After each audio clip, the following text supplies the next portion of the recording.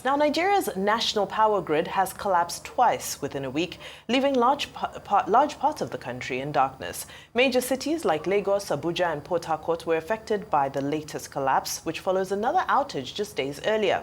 The Transmission Company of Nigeria, TCN, blamed technical faults for both incidents.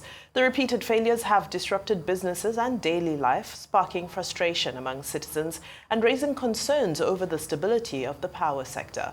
The government has promised to restore power and prevent future collapses, but calls for urgent infrastructure upgrades and long-term solutions continue to grow. Energy expert Dr. Fodil Mohammed-Noah joins us now to discuss the frequent collapse of the national grid and the need for an effective deregulation of the nation's power supply system to contain the impact of such incidents. Good afternoon, sir. Welcome to Newsday. Nice.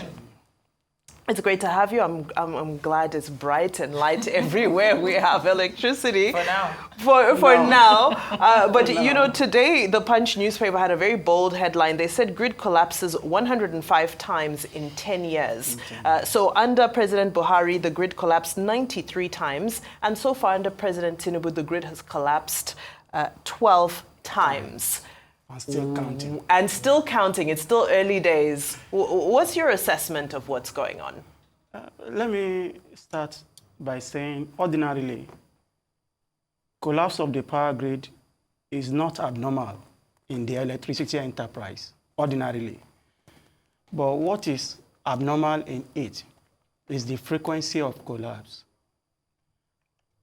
When we talk about grid collapse in the electricity industry, we may have non-human factor as well as human factor. In this case that we have in Nigeria, it's mostly human factor. In recent time, maybe last week, we have a similar incident relating to power grid collapse in the US, and it is exacerbated by the extreme weather condition, the hurricane that fell.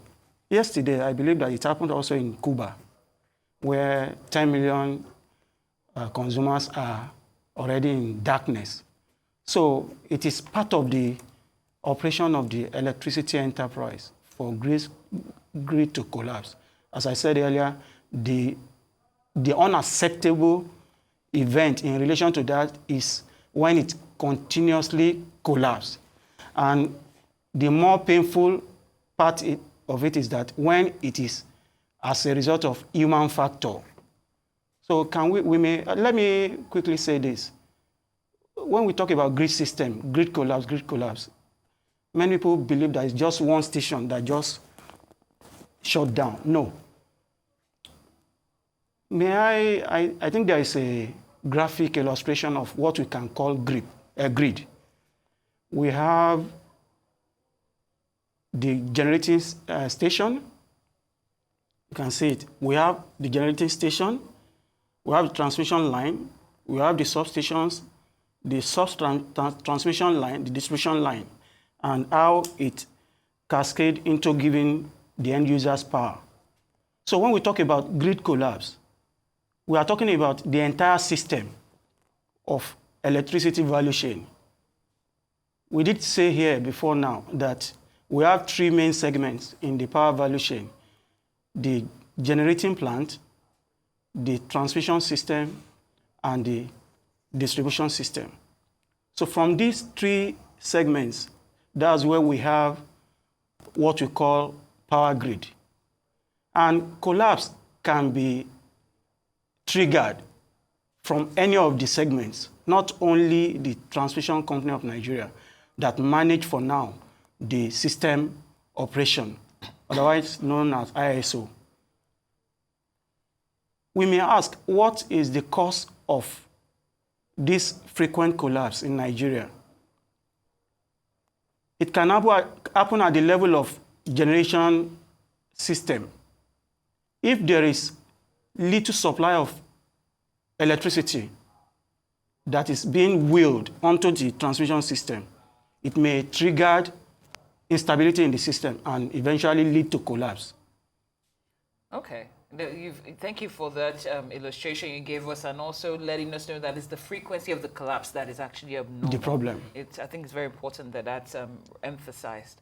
But now, the way forward. How do we see less frequent collapses or collapse of the grid? Since you've stated that it's absolutely abnormal.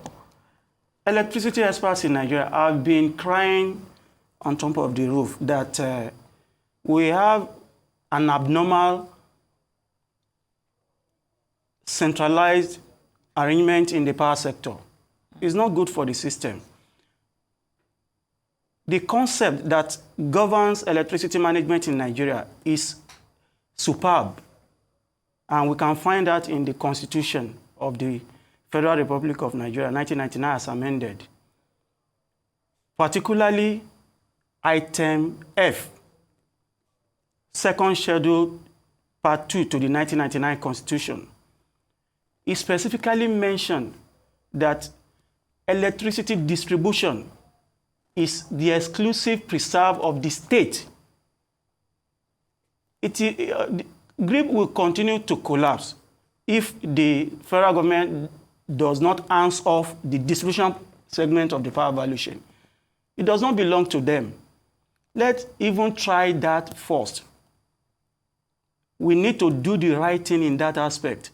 And if the states are given their right of managing the distribution network of the power value chain, it will engender investment in the generation part. The problem we have is that we have lack of power, energy. In fact, electricity, the amount of electricity available for use determines the status of individual in life. If you want to know that someone is poor, you'll be looking for where to plug your phone. That's an example of poverty. So if you want to know that someone is rich, you won't have problem of plugging a phone everywhere and there because there's availability of electricity. So let us deal with the problem of inadequate energy that we are pushing to the power grid. Energy that we put to the power grid is just 5 million compared to South Africa with a little above 50 million population having 40,000 megawatts. I don't know whether you are aware of the amount of electricity US has. 1,325 terawatt.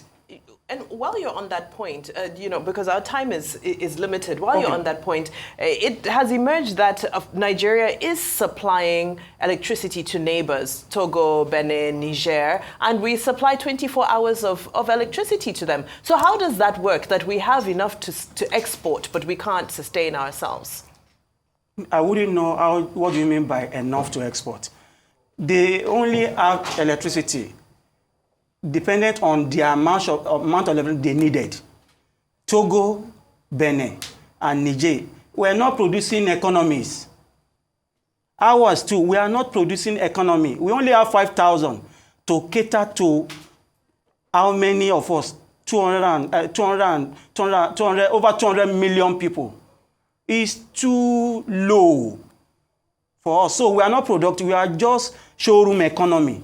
The only need for electricity here is just to power our phone, to watch TV. It's not meant. When we need energy for development, we talk about the economic side. Here, it is subsistence.